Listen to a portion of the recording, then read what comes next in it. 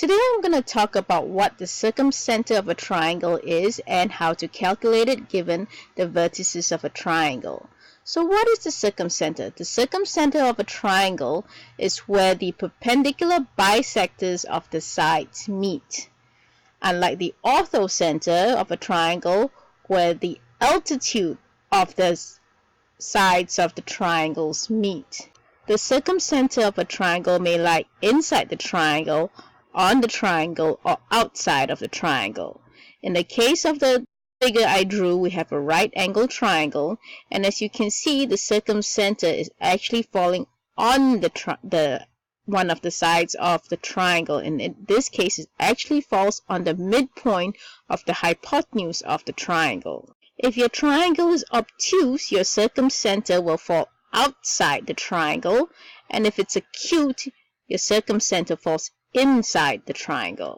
So let's try to calculate the circumcenter of a triangle given that the vertices of the triangle A is 4, 5, B is 7, 2, and C is 6, 7. First thing we want to do is we want to find the midpoints of our line. So I'm going to first find the midpoint of AB and then find the midpoint of BC.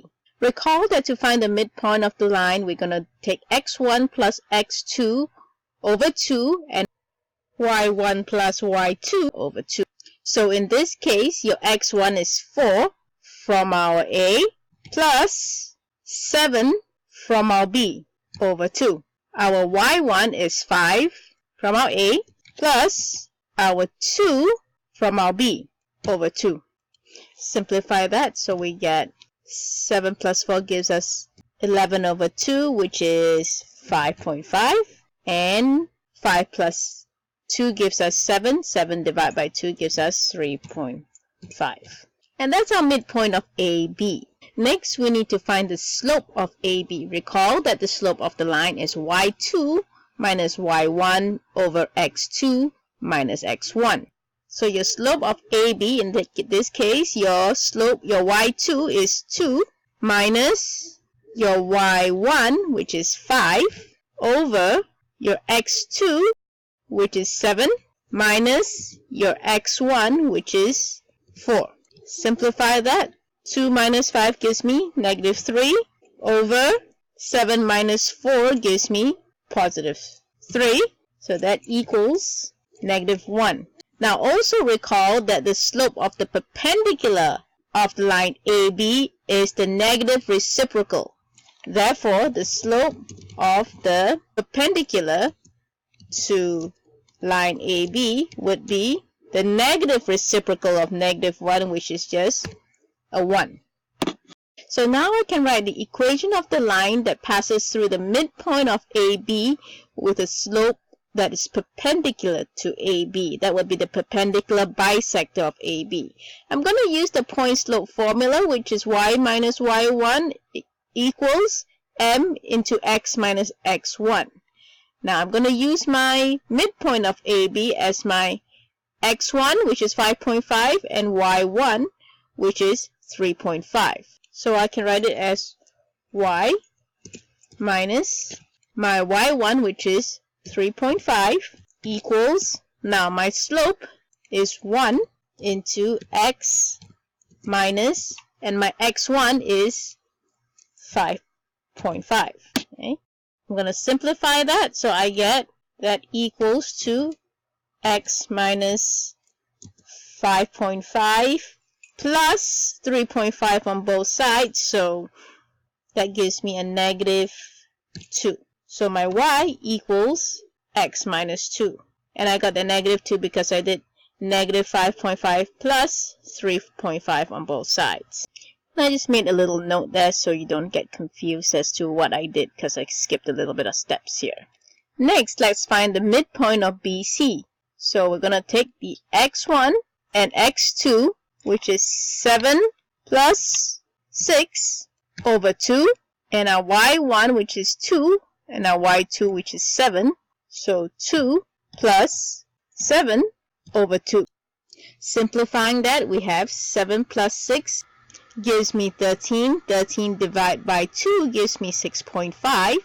And 2 plus 7 gives me 9. 9 divided by 2 gives me 4.5. Next, we want to find the slope of BC, which again is y2 minus y1 over x2 minus x1. I've color-coded it. Now our y2 is 7 minus y1, which is 2, over x2, which is 6, minus x1, which is 7. That simplifies down to 5 over negative 1. Then again, the slope of our perpendicular to BC is the negative reciprocal of the slope of BC, which will be 1 over 5. And the double negative gives you a positive 1 over 5. And now we're going to plug our slope of our perpendicular and our midpoint into our points for y minus y1, which is 4.5, equals m, which is now 1 over 5, into x minus x1, which is now 6.5.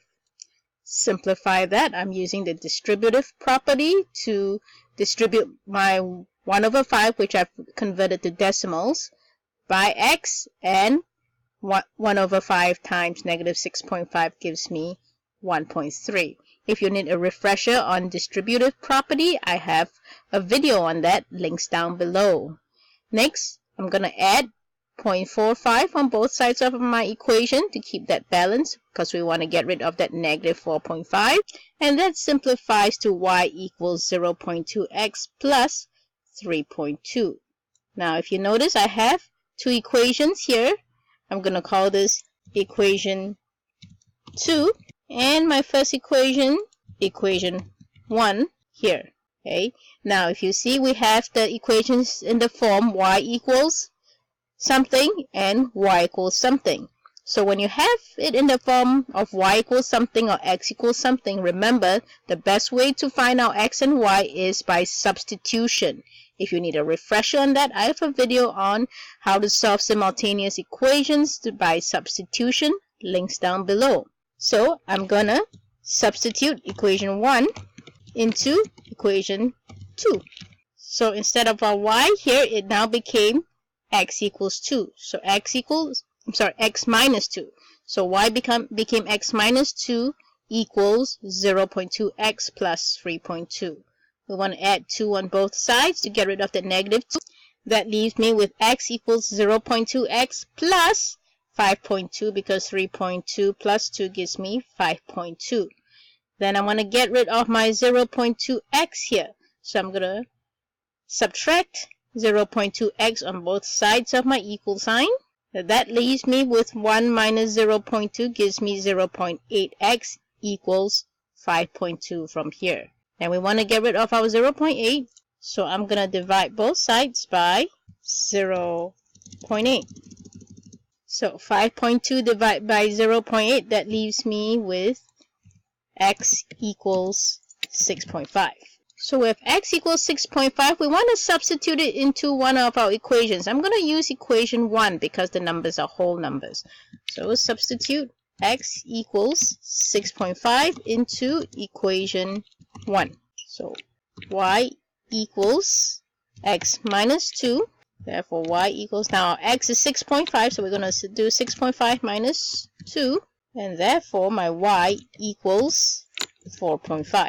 Therefore, the circumcenter is 6.5, 4.5. And that's how we solve for our circumcenter. So I've graphed the image for you to take a look at. Here we have triangle ABC. And in this case, you will notice that it happened that triangle ABC is a right angle triangle. And our point of intersection of the two lines, y equals x minus 2 is the purple line, and y equals 0.2x plus 3.2 is the black line. And the circumcenter is the point of intersection between the two lines, which happens to land on line BC, which is the midpoint of the hypotenuse. Because in this case, triangle ABC happens to be a right angle triangle. So we've actually proven that the circumcenter of a right angle triangle lies on the right angle triangle itself. If you like this video, please be sure to like and subscribe to my channel. If you have any questions or comments, or if you'd like to see a certain topic, please leave a comment down below. I also offer notes, lessons, and worksheets online, as well as tutoring services online. Links down below. And if you'd like to support my work on Patreon, I do have an account which you can follow, links down below as well. Thank you for joining me, and I hope you found this lesson helpful.